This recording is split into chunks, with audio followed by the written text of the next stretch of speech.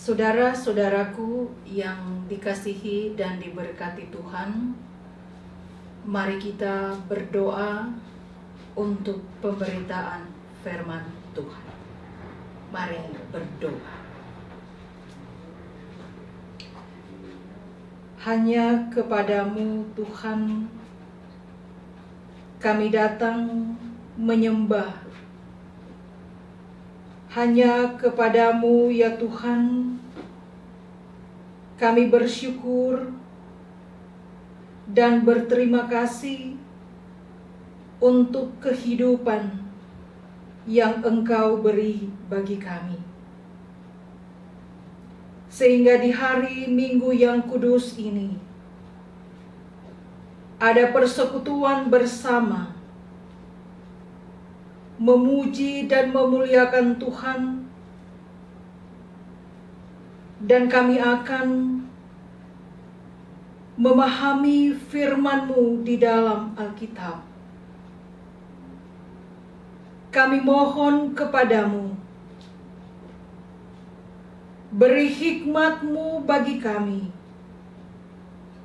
supaya di dalam tuntunan dan penyertaan Roh Kudus, kami mengerti, memahami, dan melakukan firman-Mu. Bersabdalah Engkau ya Tuhan Yesus. Amin.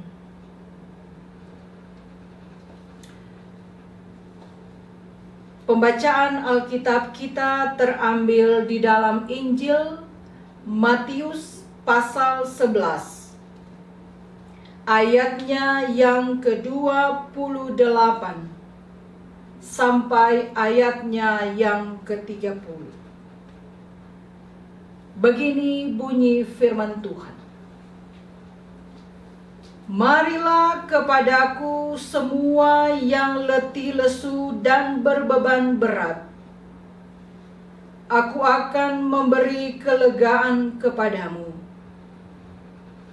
Pikulah kuk yang kupasang dan belajarlah padaku, karena aku lemah lembut dan rendah hati, dan jiwamu akan mendapat ketenangan. Sebab kuk yang kupasang itu enak, dan bebanku pun ringan.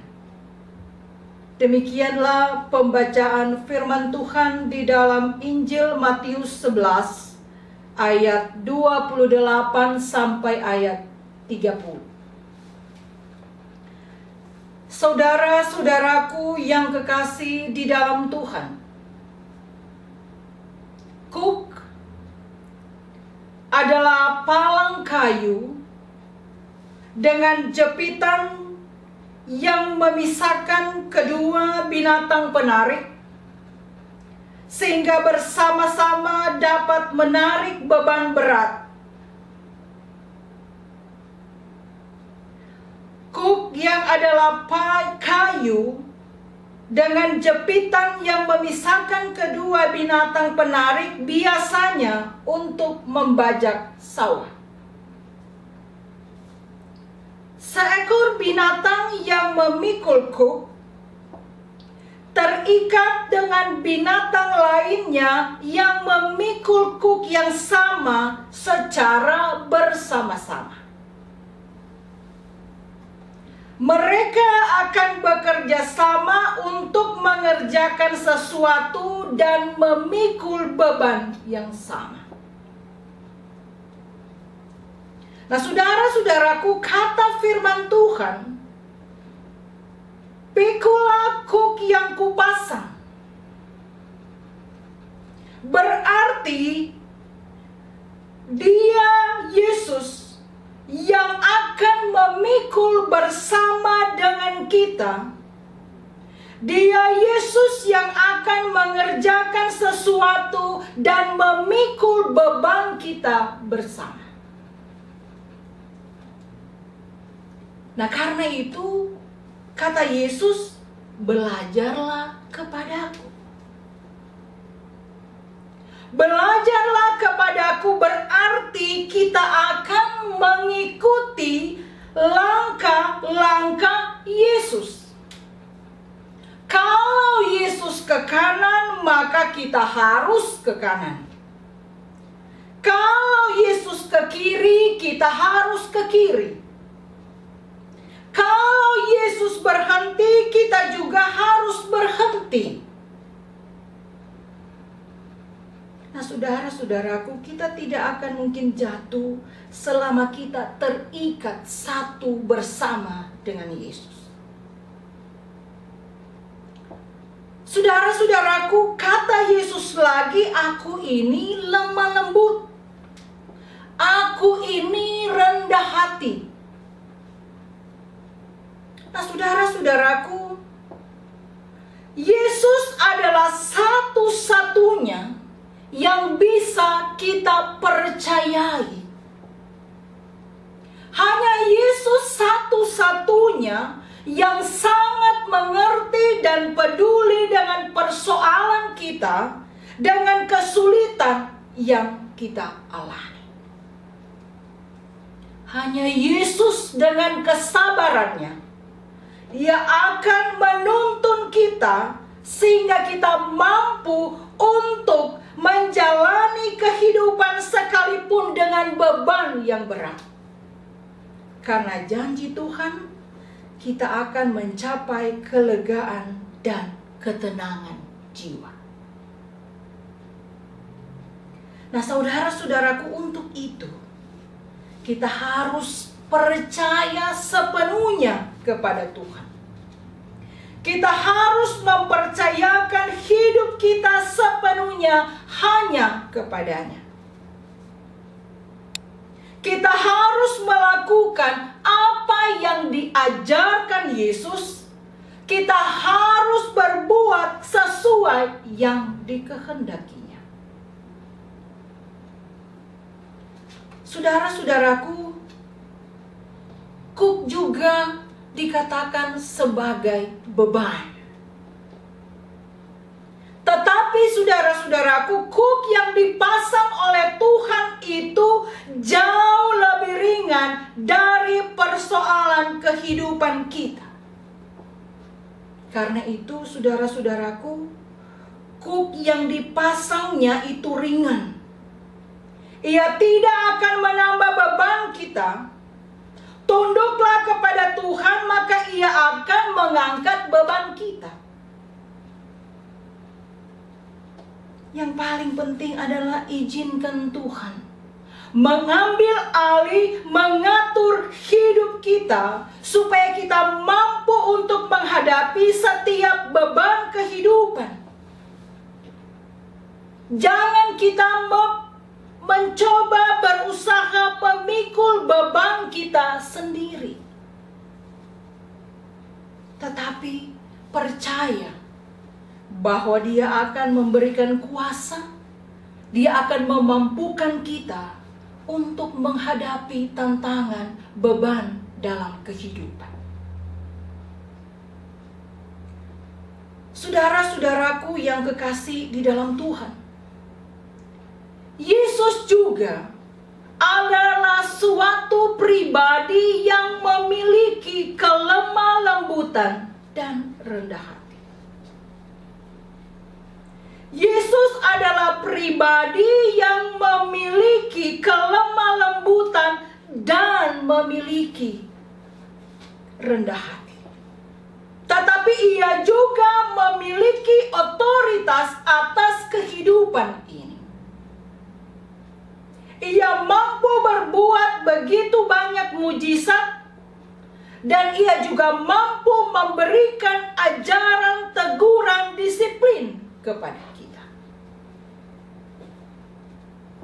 Dan Kristus tidak hanya mengajarkan kelemah lembutan dan kerendahan hati melalui perkataan, tetapi juga melalui perbuatan. Nah, saudara-saudaraku yang kekasih di dalam Tuhan kita Yesus Kristus, terkadang orang menganggap bahwa yang lemah lembut itu selalu berkonotasi dengan lemah. konotasi yang lemah, tidak punya daya. Ada juga yang berpemahaman bahwa orang yang lemah lembut itu adalah orang yang tidak pernah marah. Nah, saudara-saudaraku, justru Yesus menjadi suatu contoh sekalipun ia lemah lembut, tetapi ia punya otoritas. Ia mampu untuk menempatkan dirinya, memberikan ajaran disiplin yang membuat umat Tuhan untuk memahami maksud dan kehendaknya. Nah, saudara-saudaraku, karena itu apa yang mau disampaikan firman Tuhan adalah, marilah kepadaku. Hanya ada pada Tuhan, hanya kepada Tuhan Yesus kita memiliki semua jawaban dari setiap persoalan kita. Hanya dari Yesus kita ada jalan keluar yang kita butuhkan untuk setiap persoalan hidup yang kita hadapi. Hanya Tuhan yang menyediakan jawaban yang memberi ketenangan bagi kita. Karena saudara-saudaraku, meskipun kita berdoa, meskipun berdoa dan berdoa dengan mencucurkan air mata darah, memohon mujizat Tuhan atas kehidupan kita, belum tentu itu bisa terjadi. Yesus katakan, "Pikulah kuk yang kupasang, dan belajarlah kepadaku." Kehidupan orang Kristen adalah kehidupan yang tidak hanya dijalani, dilalui tanpa persoalan dan beban hidup. Karena itu ketika kita menghadapi persoalan dan beban hidup, kita harus melakukan tindakan. Saudara-saudaraku, apa yang akan kita lakukan ketika kita menghadapi beban hidup yang sepertinya tidak pernah berakhir? Orang terkadang mau menyelesaikan persoalan hidup dengan cara yang keliru. Bahkan sampai meninggalkan Tuhan, meninggalkan persekutuannya, meninggalkan pelayanannya dan kesaksiannya. Beban hidup, persoalan hidup justru bukan dihadapi dengan benar. Tetapi saudara-saudaraku, persoalan hidup dan beban kehidupan justru membawa umat Tuhan pada tindakan yang keliru. Karena itu, kita harus benar-benar memiliki sikap hidup yang bersandar kepada Tuhan. Tidak ada yang dapat memberi kelegaan kepada kita, yang memberi ketenangan hidup kepada kita selain Tuhan. Kita tidak akan pernah tenang, kita tidak akan pernah mengalami shalom dan kedamaian dalam hidup tanpa Tuhan. Tetapi ketika kita menghadirkan Tuhan dalam hidup, maka persoalan kita, beban hidup kita, kita percaya kita mampu hadapi karena Tuhan menolong kita. Dan ingat saudara-saudaraku, ketika kita mengalami pergumulan, bahwa pergumulan itu tidak akan melampaui kekuatan dan kemampuan kita. Saudara-saudaraku yang kekasih di dalam Tuhan, oleh karena itu kita jangan sombong dengan keberadaan hidup kita. Kita harus memiliki sikap hidup yang benar, agar supaya kita memiliki hati yang bersandar kepada pertolongan Tuhan.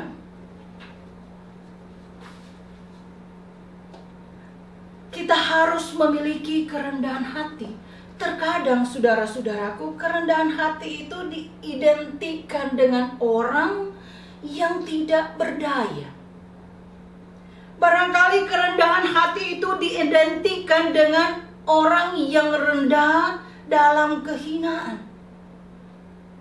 Demikian juga orang mungkin zaman kini menganggap kelemah lembutan itu dianggap sebagai ketidakberdayaan. Banyak orang memikirkan kelemah lembutan itu seperti orang yang bicaranya lembut-lembut saja. Banyak orang memikirkan kelemah lembutan itu adalah orang yang bicara tidak dengan kasar, tidak dengan terburu-buru. Banyak orang memikirkan mereka yang minder, mereka yang menyangkal semua kelebihannya disamakan dengan orang yang rendah. Namun saudara-saudaraku, orang yang terlihat selalu merendah belum tentu rendah hati. Siapa tahu orang itu justru berharap agar orang lain yang mulai memuji dirinya. Orang yang tidak menunjukkan kemarahannya juga belum tentu lemah lembut. Siapa tahu di dalam hatinya ia memberontak, mengumpat, dan menggerutu. Oleh karena itu saudara-saudara, begitu banyaknya persoalan dalam kehidupan, terlebih di dalam situasi dan keadaan seperti ini. Ada orang begitu cepat emosional. Ada orang begitu cepat berkata-kata kasar. Beban kehidupan mengakibatkan orang kehilangan keseimbangan. Begitu mudah mencari cara dan jalan keluar yang keliru, tidak mencari dan datang kepada Tuhan Yesus, padahal hanya di dalam Yesuslah kita akan mendapatkan jalan keluar dan ketenangan. Mengapa begitu banyak konflik dalam kehidupan tidak dapat terselesaikan dengan cara yang benar?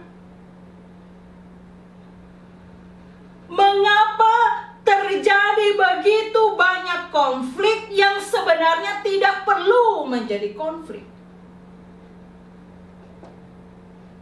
Mengapa hal ini terjadi dan sepertinya menjadi pilihan bagi manusia? Apakah setiap konflik yang terjadi tidak bisa terselesaikan dengan benar? Apakah setiap beban kehidupan, apakah setiap persoalan yang kita alami dalam hidup tidak dapat terselesaikan dengan benar? Ketika kita tidak mampu menyelesaikannya dengan benar, itu berarti kita tidak bersama dengan Tuhan Yesus. Karena itu firman Tuhan mengingatkan kita, marilah kepadaku. Marilah saudara-saudara dan saya, ketika kita menjalani hidup, belajarlah kepada Tuhan Yesus. Teladanilah Tuhan Yesus. Dan bersama dengan Tuhan Yesus kita akan mendapatkan ketenangan hidup. Walaupun kita hidup di dunia yang keras. Kita hidup di dunia di masa-masa seperti sekarang ini. Terkadang hidup di dunia ini tidak bersahabat dan tidak berpihak kepada kita. Ketika kita berusaha untuk hidup benar, berusaha untuk hidup baik, berusaha rendah hati, berusaha penuh kelembutan, namun terkadang kita justru harus berhadapan dengan orang-orang yang sangat bertolak belakang dengan kita, sehingga mengakibatkan barangkali terjadinya konflik yang tidak terelakkan. Tetapi satu hal yang pasti adalah bahwa Tuhan Yesus mengajarkan kepada kita untuk meneladaninya. Aku lemah lembut dan rendah hati. Dan kita sebagai umatnya hendaknya menerapkan ajaran-ajaran Kristus. Hendaknya kita menjalani hidup benar bersama Kristus. Dan Ia akan memampukan kita menghadapi segala tantangan dalam kehidupan. Karena itu datang kepada Kristus, berjuang bersama Yesus, percaya kita diberi kelegaan. Amin.